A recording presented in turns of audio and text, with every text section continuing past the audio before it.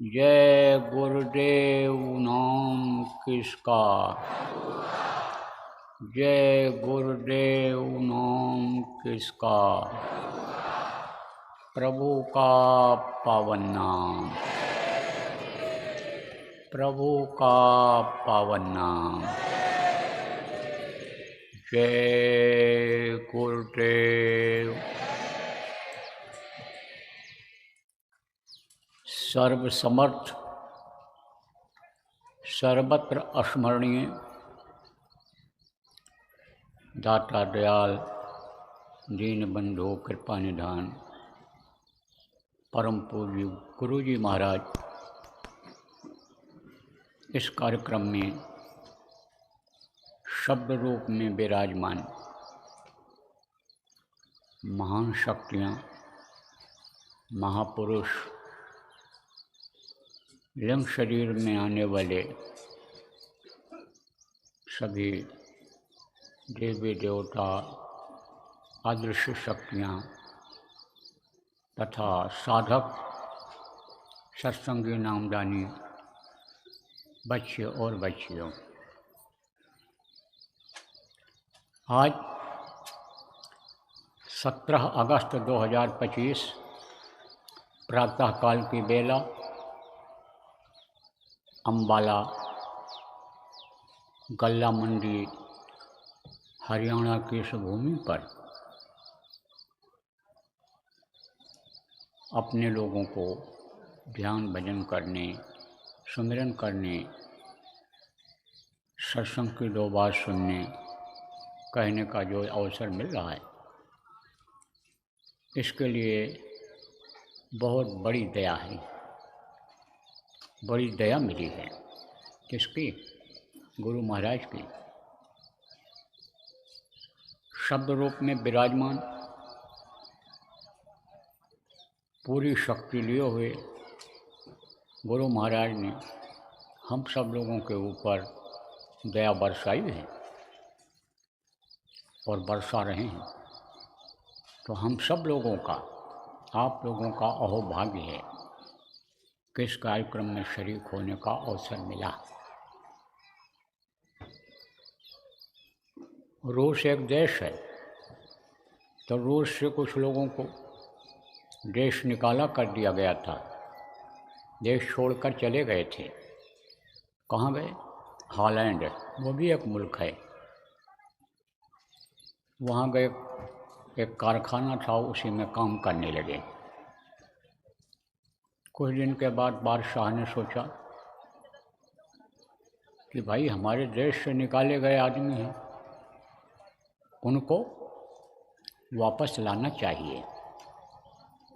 उसने सोचा ऐसे तो आएंगे नहीं अब, क्योंकि वो वहाँ कमाने खाने लगे और वहीं के हो गए, उनकी आदत बन गई वहाँ की जलवायु में रहने की, वहाँ के भोजन की, वहाँ की तरह से बोली बानी की आदत बन गई।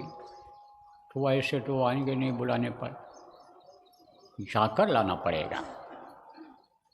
तो पीटर बादशाह रूस का गया हॉलैंड और वहाँ पर वेश बदल करके, मज़दूरों जैसा कपड़ा पहन करके, और मज़दूरों के बीच में काम करने लगा। और उन्हीं के बीच में जहाँ उनका निवास था, वहीं अपना निवास बना लिया, रहने की जगह बना ली। सबसे प्रेम मोहब्बत किया। दिमागी तो था ही, बुद्धि तो तेज थी ही। बुद्धि के द्वारा लोगों का दिल जीता, लोगों की मदद जितना हो सकता था किया, चाहे पैसे से हो, चाहे मेहनत करके करना हो। तो दोस्ती बहुत लोगों से उसकी हो गई, प्रेम हो गया, व्यवहार बन गया। क्यों बन गया? इसलिए बन गया कि मदद करता था। फिर उसने बताया, बोली बोल करके अपने मुल्क की, कि मैं भी वहीं का हूँ, वहीं से आया हूँ, यहाँ का रूस से, और आप लोग भी रूसी हो? बोले हम भी रूसी हैं। तो और प्रगाढ़ता बढ़ गई, प्रेम बढ़ गया। कुछ दिन जब और बीता तब उन लोगों से कहा चलो भाई अपने देश चला जाए, बहुत दिन हो गए आए हुए तुमको। तो किसी ने ध्यान नहीं दिया। कोई ऐसा बोला कि भाई हम लोग तो निकाले गए हैं, अब वहाँ बादशाह जाने नहीं देगा। तब उसने कहा नहीं, जाने देगा। बादशाह से हमारी दोस्ती है, प्रेम है, हम कहेंगे तो जाने देगा। तो लोग हंस पड़े, बोले इसकी कहाँ से दोस्ती बादशाह से हो सकती है। उसी में एक और बुद्धिमान था मजदूरों में, उसने कहा भाई कृष्ण और सुदामा की दोस्ती हो सकती है तो इनकी भी हो सकती है, लेकिन हमको विश्वास कैसे आएगा कि हमको अपने अंदर प्रवेश करेगा, सीमा के अंदर बादशाह हमको अंदर ले लेगा, राज्य में ले लेगा अपने, और अगर ले भी लिया तो रहने देगा वहाँ, क्या मालूम फिर निकाल दे। तब उसने गारंटी के साथ कहा कि अब नहीं निकाले जाओगे, एक बार हो गया और मैं दबाव डाल करके और तुमको रखूँगा, मैं भी वहीं रहूँगा, मैं भी अब इधर नहीं आऊँगा, चलो अपने देश चला जाए। तैयार हो गए सब लोग, छुट्टी ले लिया वहाँ से, चल पड़े। जब सीमा पर पहुँचे, खबर लगी कि बादशाह आ रहा है, तो सीमा के सिपाही और लोग वहाँ जो थे, यानी समझो फौज, वो खड़ी है स्वागत के लिए, तोपों से सलामी हो रही है। वहाँ पर लोग सलूट मार रहे हैं। मजदूरों ने सोचा भाई ये कौन ऐसा आदमी है कि जिसको सलूट मार रहे हैं, लगता है कि यह बादशाह का जिगरी दोस्त है, लगता है कि बादशाह इसको मानता है। तभी उसने अपने दोस्त के लिए देखो ये फौज लगा दिया, स्वागत हो रहा है। और आगे बढ़े, जब सीमा के अंदर गए, महल के नज़दीक पहुँचे, ओ कर्मचारी लोग माला लिए फूल बरसा रहे हैं, माला लिए हुए खड़े हैं। और तो ये मजदूर गदगद हो गए, बोले भाई है तो जोरदार दोस्ती है हमारा, तो ये इसकी दोस्ती होगी बादशाह से। अब तो बात बन गई। अंदर जब और महल में प्रवेश किया तो वहाँ दासियाँ रानी सब आरती सजाए हुए माला लिए हुए खड़ी हैं। और बोला गजब हो गया, लेकिन बादशाह कहाँ है। ये बोले कि बादशाह कहाँ है, मन में सोच रहे हैं भाई ये लोग आ रहे हैं। फिर उसने सोचा भाई बादशाह को आने की क्या ज़रूरत है, वो तो बैठा होगा, कह दिया होगा स्वागत कर दो हमारे दोस्त का। तो इनको बैठा दिया गया, पानी पत्ता पिलाया जाने लग गया। ये मर्यादा होती है कि दरवाजे पर कोई आवे तो उसको बैठाओ, प्यार से पानी पिलाओ, ज़रूरत है तो भोजन कराओ, जलपान कराओ, ये गृहस्थ का धर्म होता है। तो अब बैठे ये लोग। राजा गया कपड़ा बदल करके और फिर आ गया अपने रूप में। और जब लोग देखते हैं राजा के रूप को तो चरणों पर गिर पड़ते हैं और कहते हैं आपने मेरे लिए इतना मेहनत किया, आपने इतना त्याग किया मेरे लिए, मुझको निकाल कर यहाँ लाने के लिए। तो आप ये समझो कि आपके गुण को गाया नहीं जा सकता, आपकी महिमा का वर्णन नहीं किया जा सकता है, आपकी दयालुता का परिचय नहीं कराया जा सकता है। प्रभावित हो गए। तो जब सतपुरुष की मौज हो गई कि सृष्टि की रचना किया जाए, तो निचली स्तर की जो जीवात्माएं थीं सतलोक की, उनको इधर धीरे से खिसका दिया हिलोला करके। और जब ये इधर गिरने लगी, आने लगी, तब इन्होंने प्रार्थना किया हमको नीचे क्यों भेज रहे हो, कौन सा गुनाह, कौन सी गलती हमने किया और आप हमको नीचे इधर भेज रहे हो। तब उसने किया, मैं सतपुरुष ने कहा कि मेरी मौज हो गई है रचना करने की, कुछ लोक बनाने की, तुम लोगों को वहाँ भेजने की, तुम जाओ। तब वो जीवात्माएँ बोली कि मैं तो जा तो रही हूँ, हम जा तो रहे हैं, लेकिन ये बताइए कि फिर हम कभी वापस आ पाएंगे, क्योंकि ऊपर से गिरी हुई चीज़ युक्ति उपाय से ही यानी समझो ऊपर जाती है। जैसे ऊपर से बूंद गिरी तो बूंद गिरी तो फिर वापस जा सकती है बादलों की तरफ? नहीं जा सकती है। लेकिन जा सकती है कब? जब कोई युक्ति बता दे। बूंदें गिरती हैं, पानी इकट्ठा हो जाता है। अब उसी पानी को अगर गर्म कर दिया जाए और भाप बन जाए तो भाप उड़ करके और आसमान की तरफ चला जाता है। भाप उड़ करके आसमान की तरफ जाता है। भाप जो होता है, धुआं जो होता है, बहुत दूर तक जाता है और ऊपर तक जाता है। धूलगढ़ जो मिट्टी होती है उसकी सीमा होती है, ज़्यादा दूर नहीं जा पाती। लेकिन ये भाप और ये धुआं जिसको कहते हो बहुत दूर तक जाता है, तो युक्ति से जा सकता है, ऐसे नहीं। तब ये जानती थी जीवात्माएँ कि हमको लाएगा कौन, यहाँ पाएंगे। तब उन्होंने कहा था फिक्र मत करो तुम, जो भेज रहा है वही लाएगा भी, वही बुलाएगा भी तुमको। तो अब आप ये समझो प्रेमियों, ये उसी में से कुछ आत्माओं को, कुछ और अलग से आत्माओं को इनको दे दिया था तपस्या के बल पे। किसको दे दिया? जिनको ईश्वर काल भगवान कहा गया। अब काल के हाथ में एक पड़ गई। तब काल यानी समझो इनको छोड़ना नहीं चाहता है, यानी समझो चक्र में फंसाए रहना चाहता है, जाल में फंसाए रहना चाहता है, निकलने नहीं दे रहा है इनको। और ये जीवात्माएं परवश हो गई, दूसरे के अन्य अधिकार में हो गई। उसको जैसा वो चाहता है यानी समझो वो कराता है, उसी के अनुसार ये करने लग गई काम, और इसी में सेट हो गई। सेट हो गई इसी में। कैसे सेट हो गई? कि जो जहाँ है वही सुखी है। वो कहता हमारा यही ठीक है। आप ये समझो वरदान मांगा, किसने मांगा था? उसने कहा जब यानी कुछ आत्माओं को दिया, और ये जब सृष्टि की रचना हो गई, बादल, आसमान, हवा, पानी ये सब जब बन गए, आप समझो जब पिंड बन गया माँ के पेट में, ये मसाला पहले मिला था, तब अब जीवात्मा में यानी उन आत्माओं में इतनी ताकत नहीं थी कि ये यानी पिंड को बढ़ा दें अंदर माँ के पेट में। तो अब आप ये समझो ऐसी जीवात्माओं की ज़रूरत पड़ी कि जिसकी ताकत से पिंड बढ़ जाए, बच्चा माँ के पेट में बन जाए। तब फिर मांगा था उन्होंने। किससे?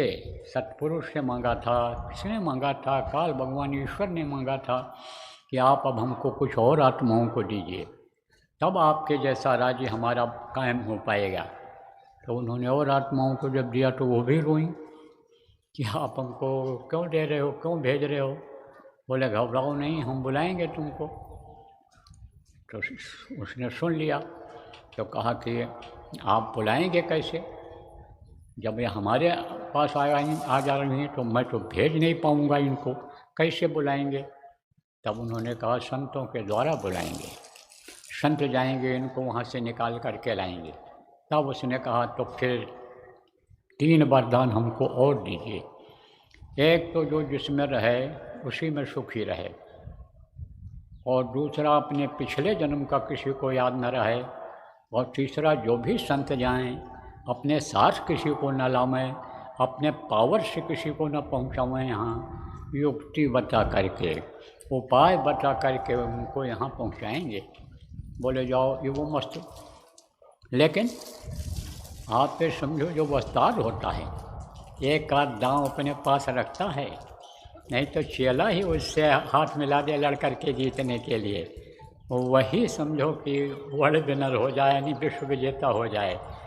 तो सत्पुरुष खिलाड़ी थे, वो जो है सारा मसाला दे दिए इस शरीर को बनाने का, लेकिन जिससे जीवात्मा जाती है अंदर पिंड में, आती है ऊपर से माँ के पेट में अंदर जाती है, समझ लो बच्चे के अंदर, वो सुराग बंद करने का मसाला इनके पास नहीं रहा, नहीं तो ये बंद कर देते उसी में। इसीलिए जिस रास्ते से माँ के पेट में आत्मा डाली जाती है उसी रास्ते से निकाल ली जाती है, निकल जाती है। तो अब आप ये समझो जीव आए फंस गए।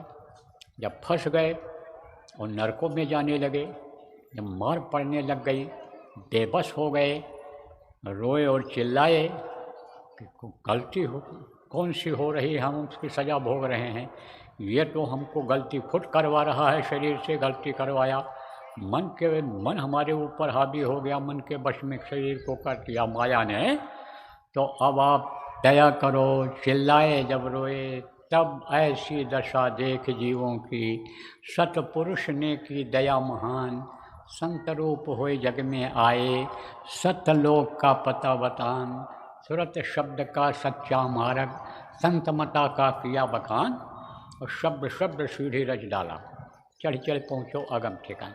तब संत आए तो शब्दों की सीढ़ी लगाया, जैसे जैसे ये उतारी गई थी जीवात्मा, ऐसे ऐसे ये जाएगी, ऐसे ही जाती है। तो संत जब आए, आते हैं, जब जब संत जगत में आए तो क्या करते हैं वो आवाज़ लगाते हैं, आवाज़। तो उनकी आवाज़ ये जीवात्मा सुनती है। कैसे सुनती है? वहाँ की आवाज़ का संस्कार बना हुआ है इस पर। जैसे आप यहाँ रहते हो हरियाणा में, आप चले जाओ कर्नाटक, आप चले जाओ वहाँ महाराष्ट्र, वहाँ दूसरी बोली बोली जाती है, लेकिन हरियाणवी बोली भी जब आप बोलोगे, यहाँ के टोन में बोलोगे, तो जो लोग होंगे सुनेंगे और आ जाएंगे, पूछेंगे आप हरियाणा के हो, आप हरियाणा के हो। तब आप कहोगे हाँ हरियाणा के। भाई कैसे पहचाने? आपकी बोली से पहचाने। मैं ऑस्ट्रेलिया गया था, सत्संग कर रहा था, तो दो प्राणी ऐसे जा रहे थे जहाँ सत्संग हो रहा था, तो सुना उन्होंने, चले आए, बैठ गए, सत्संग ख़त्म हो गया।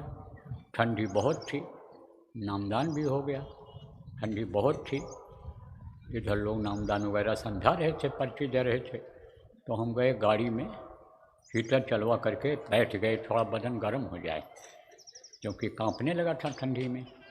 हीटर तो लगाया अंदर उन्होंने कई, लेकिन असर उसका नहीं पड़ा, तो गाड़ी में बैठ गया, ये सब समझ करके नामदान वगैरह। अब फिर जब वहाँ गाड़ी के पास गए, बोले आपसे बात करना चाहता हूँ। तो हमने कहा भाई आज तो नहीं हो सकता, हम जहाँ ठहरे हैं कल आप आ जाइए। कितने बजे आ जाएं? हमने कहा कितने बजे सुविधा रहेगी? बोले 9 बजे। 9 बजे ठीक 9 बजे सुबह पहुँच गए। बातचीत होने लगी, तो हमने कहा आप वहाँ कैसे आए सत्संग? बताया उन्होंने कि आपने बहुत अच्छा सुनाया और भजन पर बैठाया तो हमको सुनाई पड़ा, और सब बातें बताया उन्होंने, दया ऐसी हुई उनके ऊपर। तो उन्होंने कहा कि हम इधर से जा रहे थे तो आपकी बोली सुनी, तो बोली सुन कर के आ गए, क्योंकि हमारे भाई साहब भी यही बोली बोलते थे, इसी तरह से बोलते थे। तो हमने कहा भाई साहब आपके? कहें हाँ, हम लोग बस्ती जिला उत्तर प्रदेश के हैं, हम बहुत बचपन में यहाँ चले आए थे और यहीं पर हम रहे, यहीं पर शादी किया, औरत भी थी उनके साथ में। बोले इनसे मैंने शादी किया और मैं अपना कारोबार करता हूँ यहाँ पर। तो एक बार मैं अभी तो नहीं जा पाया, बोले जब से आया, लेकिन हमारे भाई साहब आए थे तो वो भी आप जैसी बोली बोल रहे थे, इसलिए मैं आपकी बोली सुनकर चला आया। तो ऐसे ही बोली सुनकर के संतों की जो आकर्षित हो जाते हैं, और जब उनकी बातों को सुनते हैं और वो जब ये याद दिलाते हैं कि यह मिट्टी और पत्थर का घर तुम्हारा घर नहीं है, तुम्हारा घर तो वहाँ सतदेश में है, जो लोक में है, जब ये बताते हैं तब उनके समझ में आ जाता है जीवों को। और फिर कहते हैं भाई ये गंदगी वहाँ नहीं है, ये समझो कि दुख तकलीफ़ वहाँ नहीं है, वहाँ पर मतलब कोई टेंशन नहीं है, कोई तरह की तकलीफ़ नहीं है, हम चलो तुमको ले चलेंगे। तब जीवात्माओं को याद आता है अपना घर, जीवात्माओं के अंदर एक इच्छा पैदा होती है। जैसे बहुत से विदेश में लोग रहते हैं और आते हैं, जब यहाँ पर लोग पूछते हैं तो वहाँ की जब तारीफ़ करते हैं तो आज के नौजवान तैयार हो जाते हैं जाने के लिए विदेशों में। बहुत से लोग ठग भी जाते हैं, ज़मीन बेचकर, जेवर बेच करके घर वाले दे देते हैं, वीज़ा मिल जाएगा, पासपोर्ट मिल जाएगा, लेकिन ठोकर खाते हुए जाते, ठोकर खाते हुए वापस आ जाते हैं। लेकिन इच्छा जग जाती है एक बार अमेरिका चलें घूम आएँ, एक बार चलें लंदन घूम आएँ, एक बार वहाँ, क्योंकि वो तारीफ़ कर देते हैं। ऐसे ही आप ये समझो जब संत वहाँ की लीला के बारे में बताते समझाते हैं, तब ये जीवात्माएँ यानी वहाँ जाने के लिए लालायित हो जाती हैं। और जब संत ये कहते हैं कि भाई मैं तुमको रास्ता बताता हूँ, रास्ते पर तुम आगे बढ़ो चलो, और हम तुम्हारी मदद करेंगे, तब उनको विश्वास हो जाता है। तो प्रेमियों, जब तड़प जगती है तो ये जीवात्माएं पूछती हैं कि हम कैसे वहाँ पहुँचेंगे, युक्ति क्या है, उपाय क्या है। तब वो ऋषि को बताते हैं जो हमको आपको गुरु महाराज ने प्रेमियों नाम बताया, वो उन नामियों का अन्य स्थान बताया, आप ये समझो उनकी आवाज़ बताई, तब अन्य उनका जब रूप बताया, तब उससे समझो कि ये विश्वास हुआ।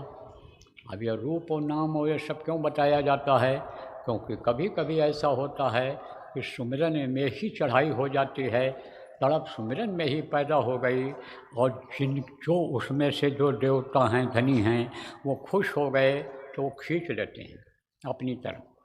तो पता कैसे चले कि कौन से लोक में हम पहुँचे। रूप उनका भले न दिखाई पड़े, लेकिन आवाज़ सुनाई पड़ जाती है।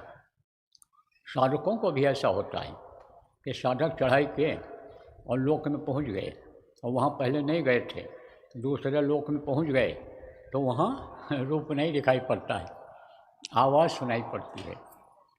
जब बार बार अभ्यास करते रहते हैं तो वही आवाज़ वाला रूप प्रकट हो जाता है, सामने आ जाता है।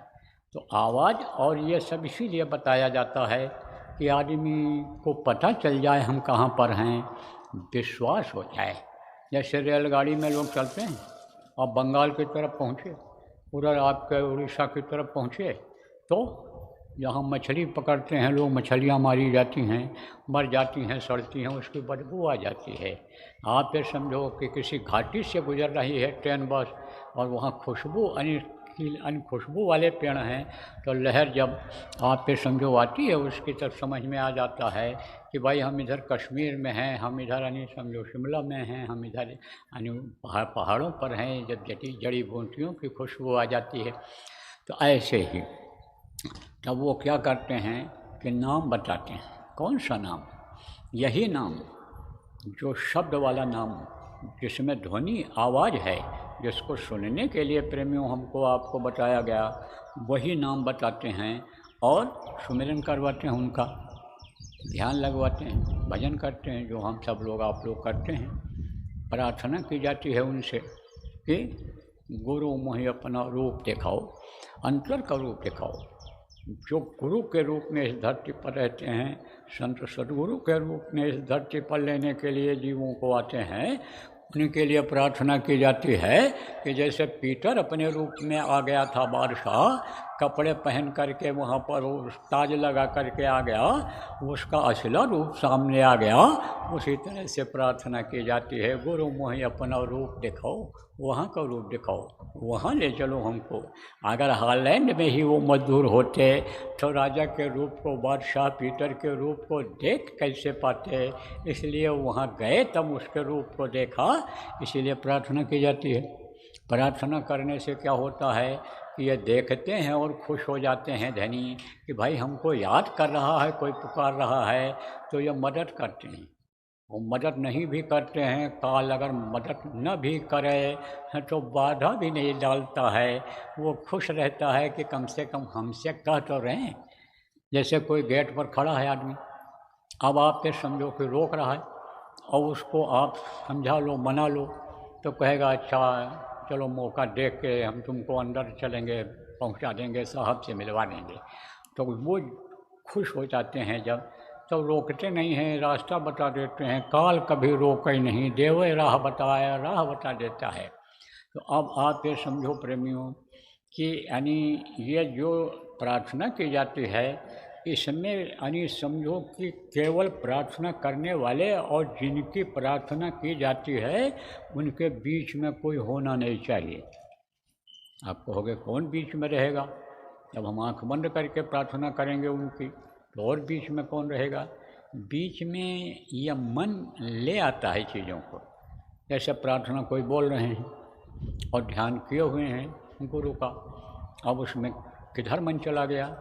औरत की तरफ चला गया, बच्चे की तरफ चला गया, गाय बैल भैंस की तरफ, घोड़ा गधा जो पाले हैं उनकी तरफ चला गया, तो ध्यान किसका लगाया? अरे ध्यान उसका आ गया, बीच में वो आ गया। मंदिरों में लगे लोग जाते हैं, तो एक आदमी गया मंदिर में, तो वहाँ पहुँचा, मूर्ति के सामने फूल पत्ती चढ़ाया। तब तक उसको याद आ गई कि नई वाली चप्पल पहन के आ गए हैं और कोई नई वाली चप्पल हमारी ना उठा ले जाए, पहन कर चला जाए। तो मन कहाँ लग गया चप्पल की रखवाली में कि कोई पहन कर न चला जाए। तो फूल पत्ती चढ़ा दिया, धूप अगरबत्ती कर दिया। अब स्तुति करने को जब हुआ तो अभी तक तो चढ़ा रहा था, देख रहा था पीछे ऐसे चप्पल को। जब स्तुति करने को हुआ तब हाथ जोड़ा, सोचा इतनी देर जितनी देर बोलेंगे उतनी देर में न कोई मार दे लेके चला जाए। तब पहली लाइन बोला, तमेव माता च पिता तमेव। तब तक याद आ गई चप्पल की। चप्पल को देख के कहता है, तमेव बंधु च सखा तमेव। किसको कहा? मूर्ति को। चप्पल को कहा है, चप्पल को देख के कि तुम्हें वो बंधु च सखा तमेव। फिर आगे मूर्ति की तरफ देखा, तमेव विद्या च दबणम तमेव। फिर चप्पल में मन लग गया तो कहता है, तमेव सर्वम मम देव देवा। चप्पल को ही देवों का देव बना दे रहा। तो मन इधर उधर नहीं जाना चाहिए, बीच में और नहीं आना चाहिए।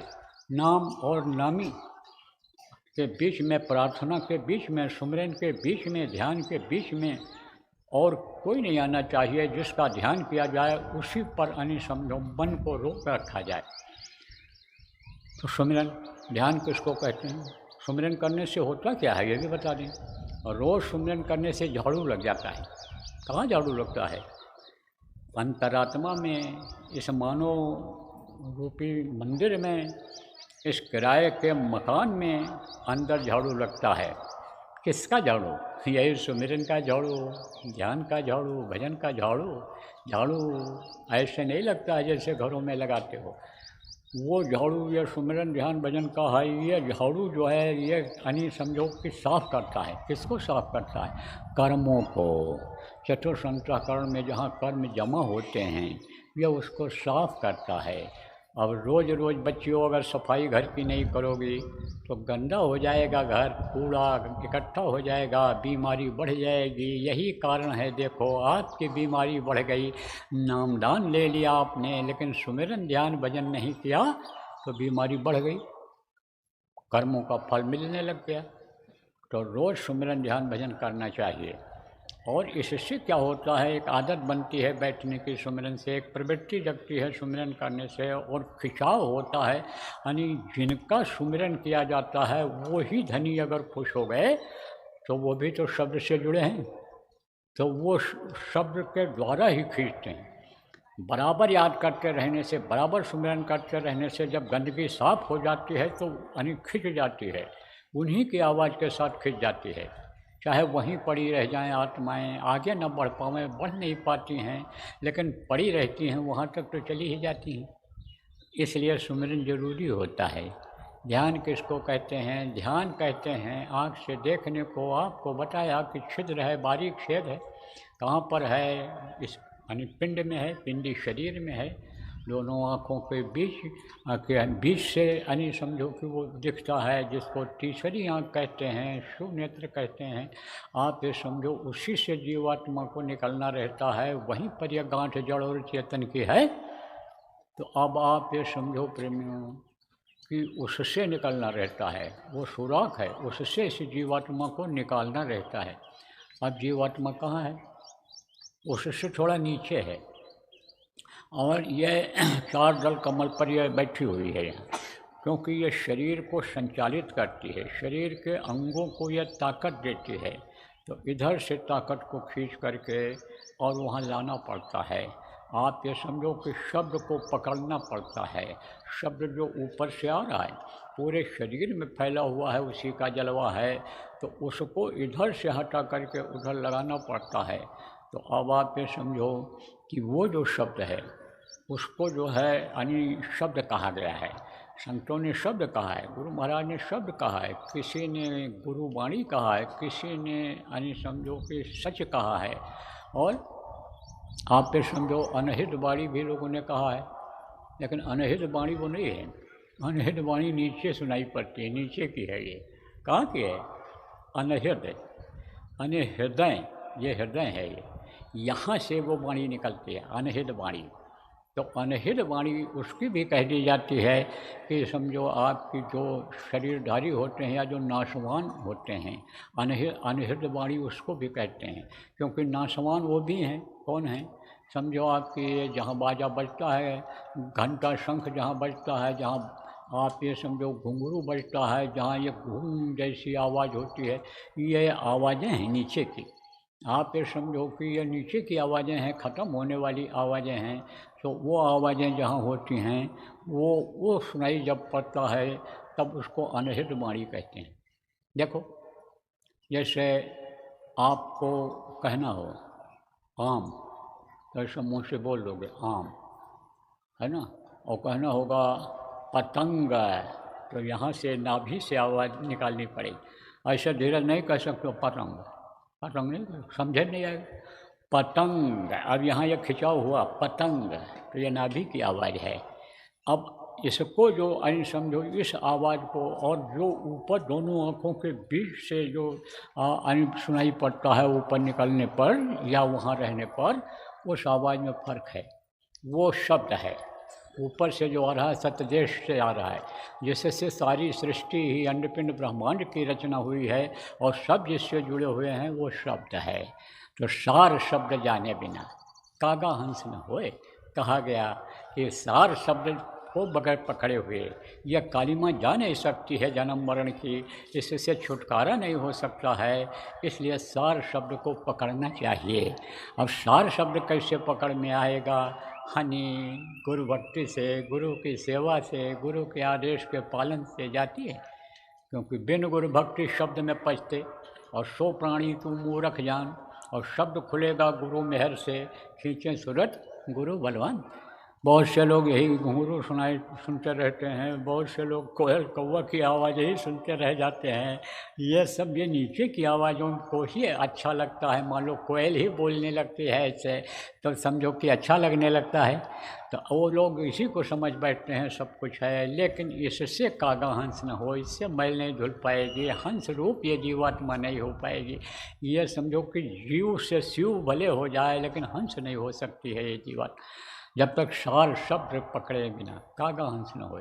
लेकिन ये होगा किससे? ये गुरु कृपा से ही होगा, गुरु की दया से ही होगा। गुरु जो कहें उसको करो, सुमिरन करो, ध्यान करो, भजन करो, और समझो सेवा करो, उससे ये खुलेगा। क्या खुलेगा? वो आँख खुलेगी, कान खुलेगा, अंदर का ऊपर का नज़ारा दिखाई पड़ेगा, कान से यानी समझो आवाज़ वो सुनाई पड़ेगी, शब्द सुनाई पड़ेगा। तो अब आप ये समझो कि मौसम हो रहा है ख़राब, और अभी तक खूब साथ दिया इन्होंने, खूब साथ दिया। धूप तेज होती तो यहाँ इतनी टाइम बैठ न पाते आप, क्योंकि बदली का धूप बहुत दुखदाई होता है। माघ पूस की बादली और कुआरा घाम, जब भादों ख़त्म होने लगता है, कुआर आने को होता है, तो वो जो अनी धूप होती है वो चिंगारी की तरह से लगती है। तो मौसम तो बहुत बढ़िया किया। अभी थोड़ी देर पहले हल्की फुल्की झीसी आई थी। तो झीसी क्यों आई? चेतावनी देने के लिए, थोड़ी देर के लिए आई कि चेत जाओ, बाबा की बात सुनते नहीं हो, मानते नहीं हो। जो कहते हैं कि जब घर से निकलो तो एक एक मोमजामा प्लास्टिक ये रख लो, ज़रूरत पड़ने पर बिछा लो, जगह न मिले बिछा लो, ओढ़ लो, जब बरसात आवे, ठंडी लगे ओढ़ लो, कपड़े भीग जाएं तो लपेट लो कपड़ा, जब तक न सूखे बदन को छिपा लो। तब इस पर कोई ध्यान नहीं देते हो। और कुछ लोग जो लाए वो हटे वहाँ से, हाँ, बिछा के बैठे थे और रखे थे, उसी को ऊपर से ओढ़ लिया, डाल दिया। अब उनके भजन में बाधा नहीं आई। और कुछ लोग जो नहीं लाए थे वो इनके भजन में बाधा डालने लग गए, चूहों की तरह से, बकरी की तरह से, जैसे 4 बूंद पड़ती है उनके बीच में घुसने लग गए। कभी कभी कड़ी बातें भी आदमी के लिए शिक्षा बन जाती हैं। तो चलो ठीक है, जब भी चेतो तभी सही। अब ये आदत डाल लो कि सत्संगों में कहीं भी जाओ तो अपने झोले में, बैग में आप प्लास्टिक रख लिया करो, जिसको मोमजामा कहते हैं। नहीं मोटा सही तो पतला ही रख लो। इतना पतला पतला आता है, जैसे देखो ये लगाए हैं बॉक्स के ऊपर, बहुत पतला है। यह भी ठंडी गर्मी नीचे से रोकता है, यह भी बूंदों को रोक लेता है, ओढ़ लो। तो इसको तो बच्चियों अपने पर्स में भी रख कर ला सकती हो। इसलिए ये एक चेतावनी रही है। तो अभी तक तो साथ दिया, आगे की कोई गारंटी नहीं है, इसलिए मोटी मोटी बातें बता करके और फिर हम आपका ये समापन कर देंगे और आप जो है यानी अपने अपने हिसाब से यहाँ से प्रस्थान कर देना। तो सुन लो दो चार बातें जो हैं।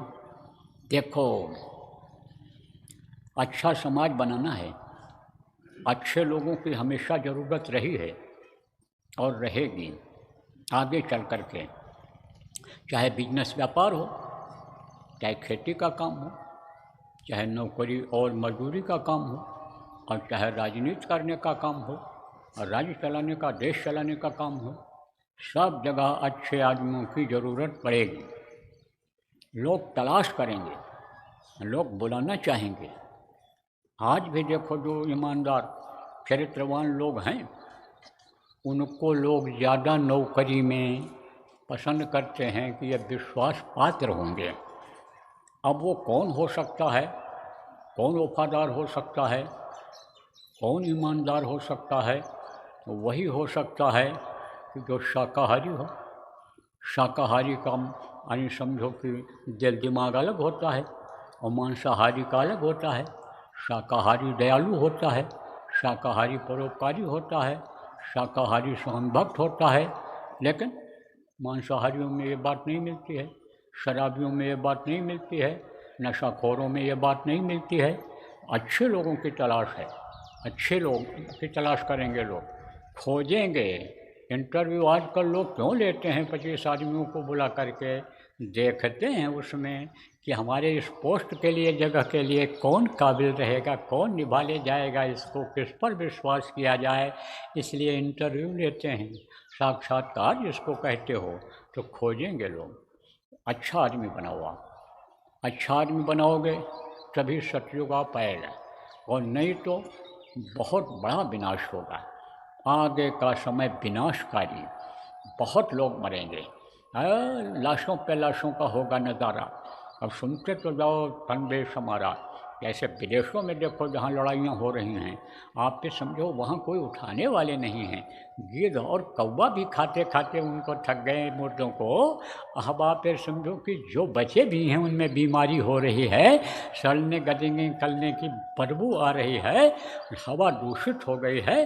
तो क्या समझते हो आप कि विदेशों में ही अगर लड़ाइयाँ हों, वहीं अगर मरे लोग ज़्यादातर, तो आप ठीक से सांस ले पाओगे? अरे हवा के जरिए बहुत दूर तक पहुंच जाती है, और वो गंदी हवा जब इधर आएगी तो यह भी हवा दूषित हो जाएगी, यह भी गंदी हो जाएगी, यह भी गैस बन जाएगा। कैसा गैस?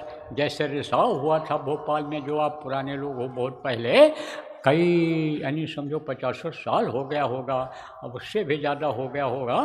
तो उसमें जो आसपास में लोग थे, सांस लिए और चले गए, ख़त्म हो गए। तो हवा दूषित हो जाएगी। हर तरह से कुदरत देखो नाराज़ खड़ी है सजा देने के लिए। पवन देवता भी नाराज़ हैं, जल देवता भी नाराज़ हैं, पृथ्वी देवता भी नाराज़ हैं, और आप ये समझो आकाश देवता भी नाराज़ हैं। सब तो नाराज़ हैं। क्यों नाराज़ हैं? क्योंकि इनका नियम कोई नहीं मान रहा है, नियम का पालन नहीं कर रहा है, और इनको दुख दे रहा है।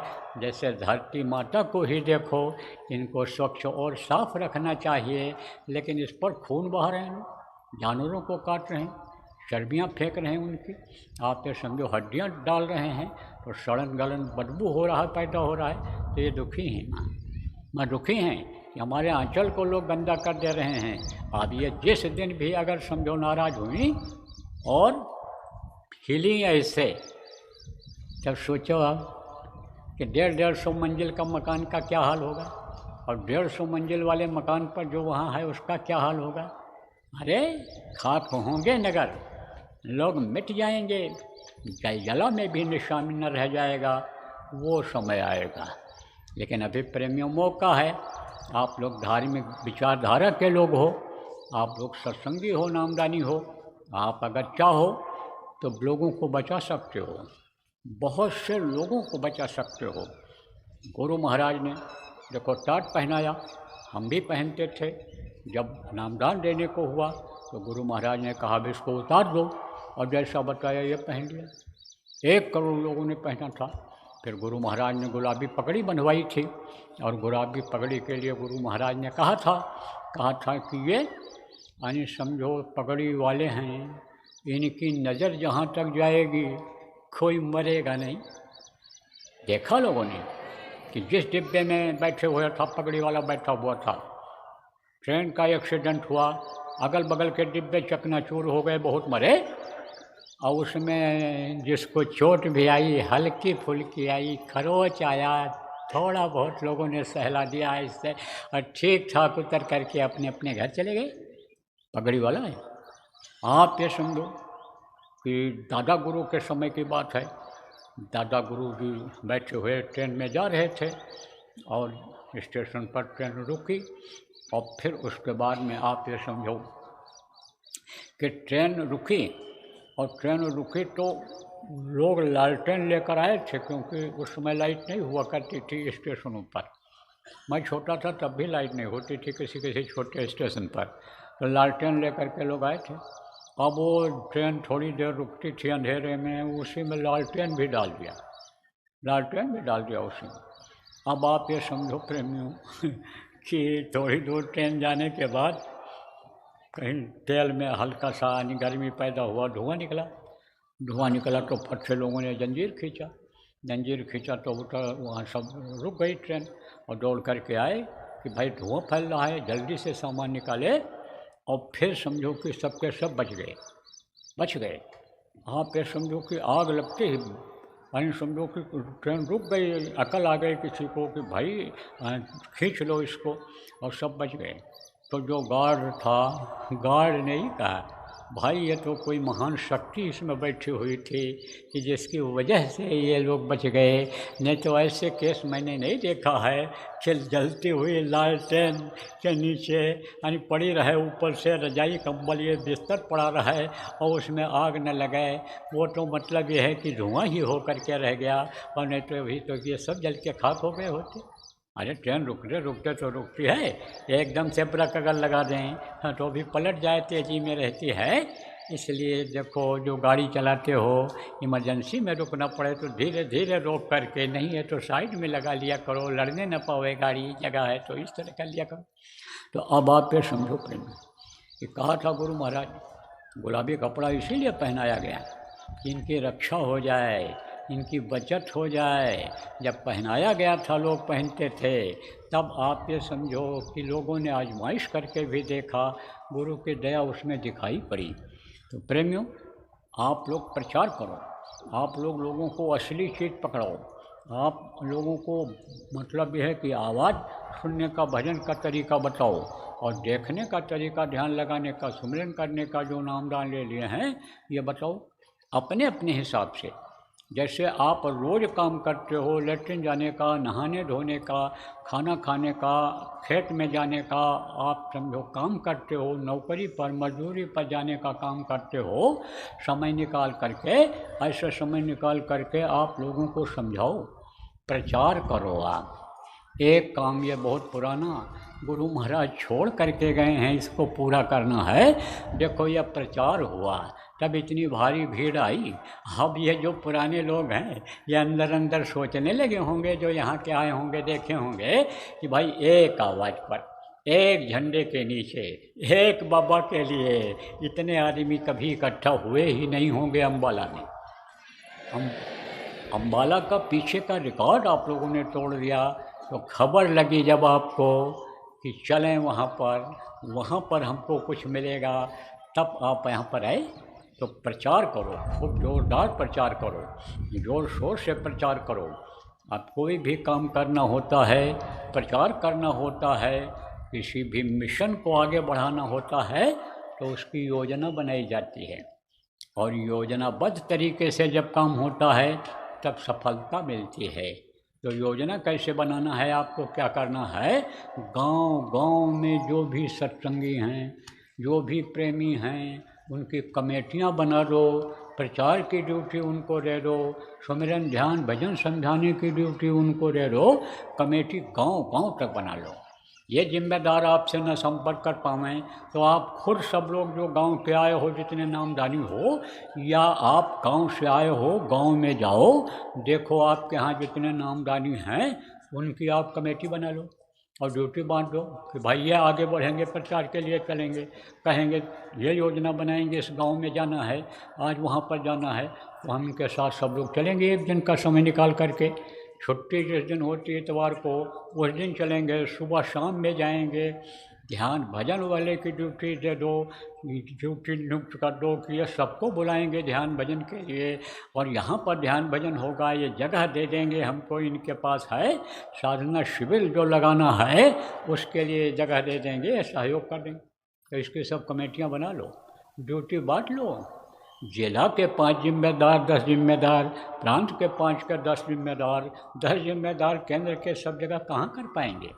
तो इकाइयाँ नीचे बन जानी चाहिए और काम नीचे से शुरू हो जाना चाहिए, तो जल्दी काम हो जाएगा, जल्दी लोग अच्छे बन जाएंगे, जल्दी लोग भजनानंदी बन जाएंगे, जल्दी लोग सतयुग में रहने लायक बन जाएंगे, जल्दी लोगों को सतयुग में रहने लायक, सतयुग देखने के लायक बना पाएंगे।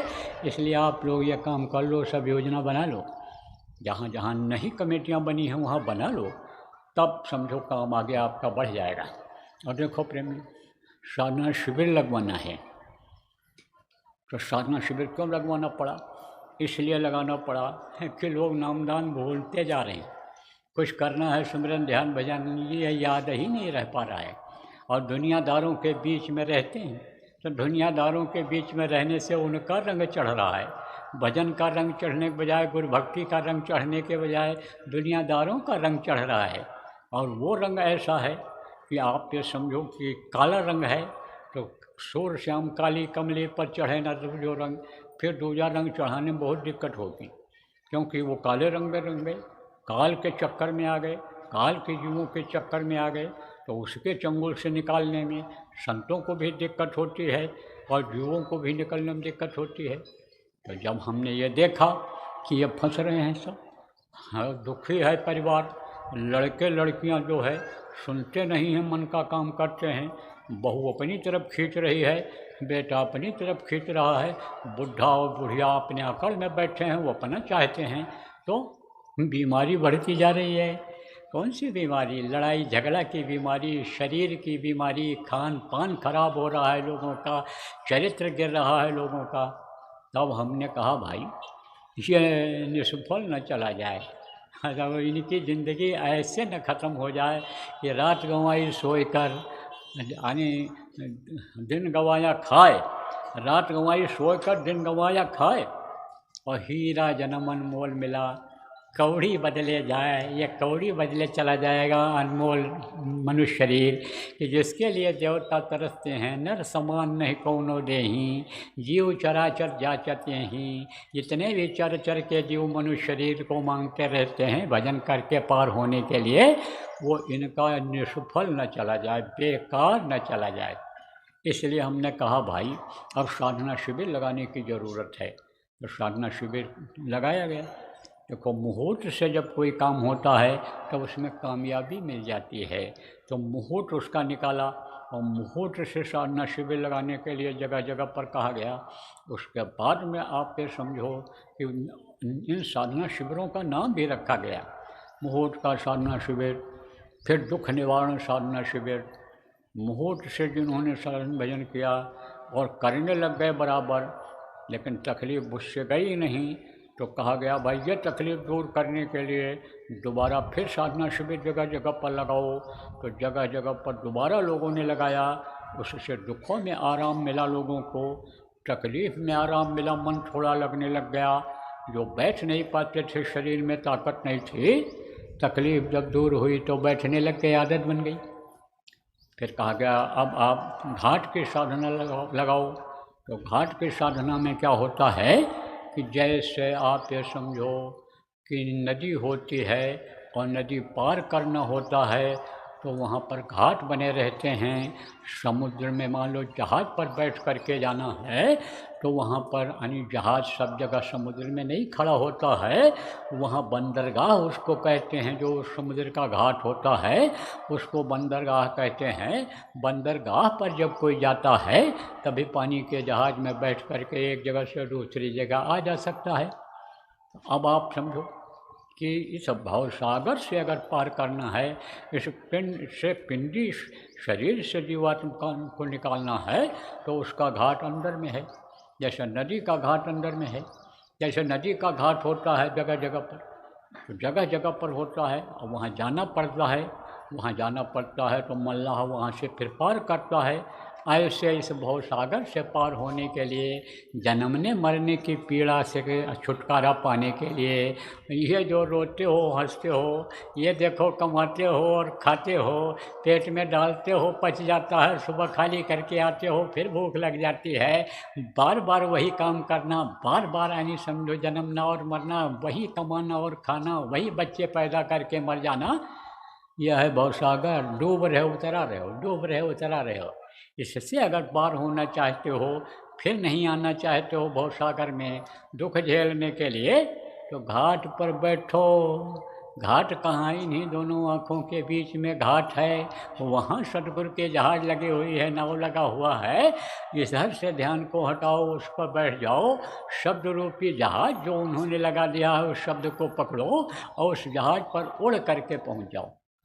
बहुत तेज़ी से, बहुत तेज़ी से जीवात्मा जाती है। इधर जब तक इसमें रहती है इसकी चाल चींटी की तरह रहती है, ऊपर जाती है तो मछली की तरह से हो जाती है, और जब ऊपर जाती है तो बंदर की तरह से कूद कूद करके ऐसे और यात्रा को पूरा कर लेती है। फिर उसके बाद में और आगे जब जाती है, जब बिल्कुल निर्मल हो जाती है, कोई आवरण पर्दा, कोई शरीर का पर्दा नहीं रह जाता, ये चारों शरीर जब उतर जाते हैं और मन अपने भंडार में रुक जाता है, ये समझो कि ये जब निर्बंध हो जाती है, बंधन मुक्त हो जाती है, तब इसकी गति विहंगम हो जाती है। विहंगम गति, विहंगम का मतलब कोई और छोर नहीं, सीमा नहीं, लिखा पढ़ी में चीज़ नहीं आती है, वो हो जाती है ये। तो वो जहाज़ लगी हुई है इसी नाम की जहाज़, तो वहाँ बताया गया बैठो। उसके बाद में फिर हानि समझो पिंड छूटेगा कैसे, पिंड छूटेगा नहीं तो आगे जाएगी नहीं। तब पिंडी साधना, ब्रह्मांडी साधना, अंडी साधना, या अंडी साधना, पिंडी साधना, यानी पिंड से जीवात्मा निकले, फिर अंडलोक से प्रैक्टिस हो कि अंडलोक से निकल जाए और फिर ब्रह्मांड को पार कर जाए, विहंगम गति हो जाए इसकी, वो साधना लगाई गई, साधना कराई गई। अब देखो प्रेमियों कि ये जो अब की बार साधना बताई गई है, ये हानि समझो कि चित्त की साधना। चित्त आपका लगने लग जाए, चित्त गलत चीज़ का चिंतन न करने लग जाए, चित्त दुनिया की चीज़ों में ही न लग जाए। इच्छा ऐसी जो बनती है, चित्त बनाता है, ये इच्छा खत्म हो जाए, उसके लिए चित्त की साधना। और दूसरी साधना बुद्धि की रहेगी, ये खंडों में रहेगी, 4 खंडों में, 4 बार में लगाना रहेगा, 3-3 दिन का। पीछे जो साधना शिविर लगी है 24 घंटे की लगी है, 3 दिन की लगी, 5 दिन की लगी, उज्जैन में 9 दिन की लगाई गई थी। तो अब आप ये समझो प्रेमी कि यानी समझो ये 4 साधना शिविर लगानी रहेगी। इससे समझो बुद्धि सही होगी। जब मन के कहने पर चित्त चिंतन नहीं करेगा तो उससे बुद्धि सही हो जाएगी, और बुद्धि जब सही हो जाएगी, चित्त चिंतन नहीं करेगा, तब यह मन ढीला हो जाएगा और ये शरीर से अपराध नहीं करा पाएगा। फिर इससे कोई गलती शरीर से नहीं बनेगी, इससे बुरे कर्म नहीं बनेंगे। तब जब भजन करोगे तो अंतःकरण बिल्कुल साफ हो जाएगा, और अंतःकरण तीसरे वाले में जब साफ हो जाएगा तब आपको विवेक जग जाएगा। बिन सत्संग विवेक न होई, हराम कृपा बिन सुलम न सोई। तो सब सत्संग ये समझ में आ जाएगा।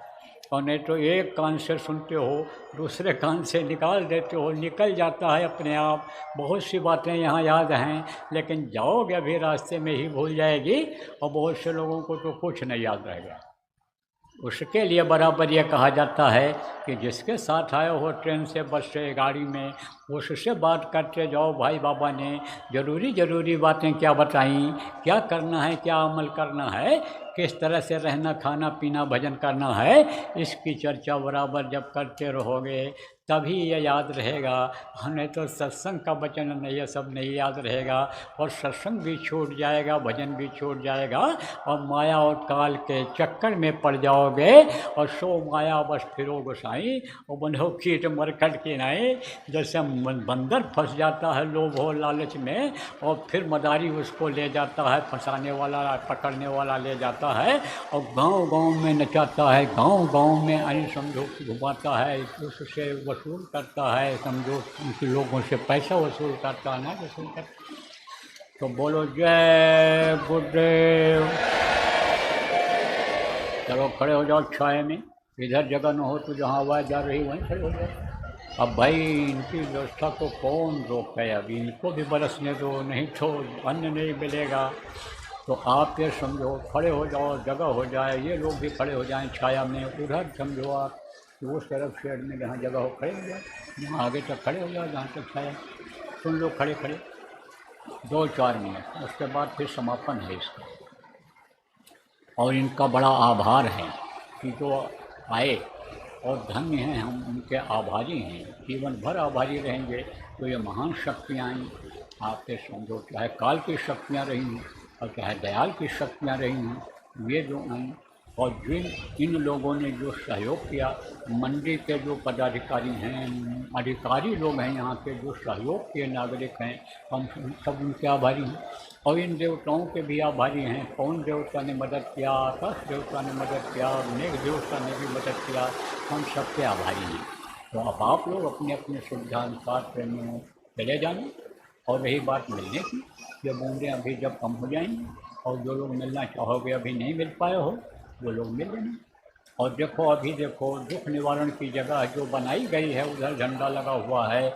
ये बूंदें जब ख़त्म हो जाए, बारिश ख़त्म हो जाए, तो जो लोग अभी वहाँ नहीं जा पाए हो अपनी तकलीफ़ कहने के लिए, वहाँ चले जाना और तकलीफ़ आप अपनी बोल देना अंतर में। ये मौका अभी कुछ समय तक है, कुछ घंटे तक ही है, उसके बाद फिर नहीं रहेगा। तो जो लोग रह गए हो वो लोग चले जाना। ज़्यादा देर मान लो बरसात होती है, उम्मीद कम है ज़्यादा देर तक होगी, तो बरसात में ही चले जाना। कपड़ा भीग जाएगा तो दूसरा बदल लेना, सूख जाएगा, गंदा हो जाएगा, धुल जाएगा, लेकिन ये जो फरियाद करने का अवसर है ये आपका निकल जाएगा। इसलिए ये आप सब लोग कर लेना और साधना शिविर की योजना बना लेना। 4 चरणों में आप साधना शिविर लगवाने वाले, लगाने वाले, जगह देने वाले, मदद करने वाले तो गुरु महाराज सबको फायदा देंगे, लाभ देंगे। बोलो जय गुरुदेव,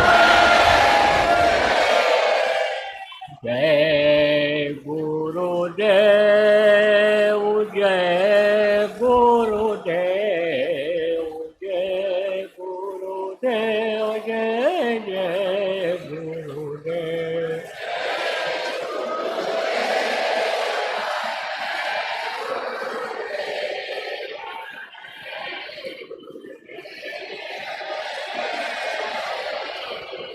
जय गुरुदेव, जय गुरुदेव, जय गुरुदेव, जय जय गुरुदेव।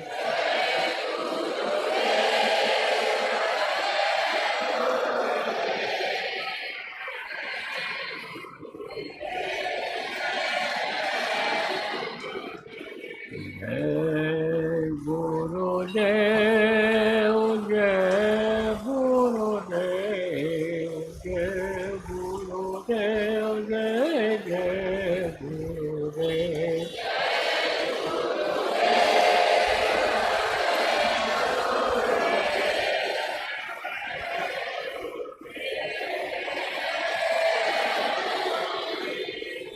जय गुरुदेव।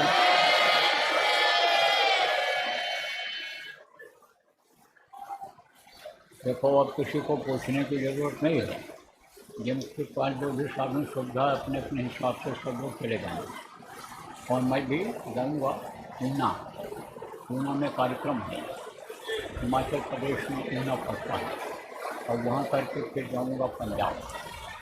आप लोग के बेनीवाल में, जगुवाल में, और उसके बाद में फिर आपके मोगा में और बठिंडा में, वहाँ कार्यक्रम करके फिर राजस्थान के जिलों में लगा हुआ है। उधर गंगानगर, बीकानेर, आपके जोधपुर, और उधर आपके अन्य उधर लगा हुआ है।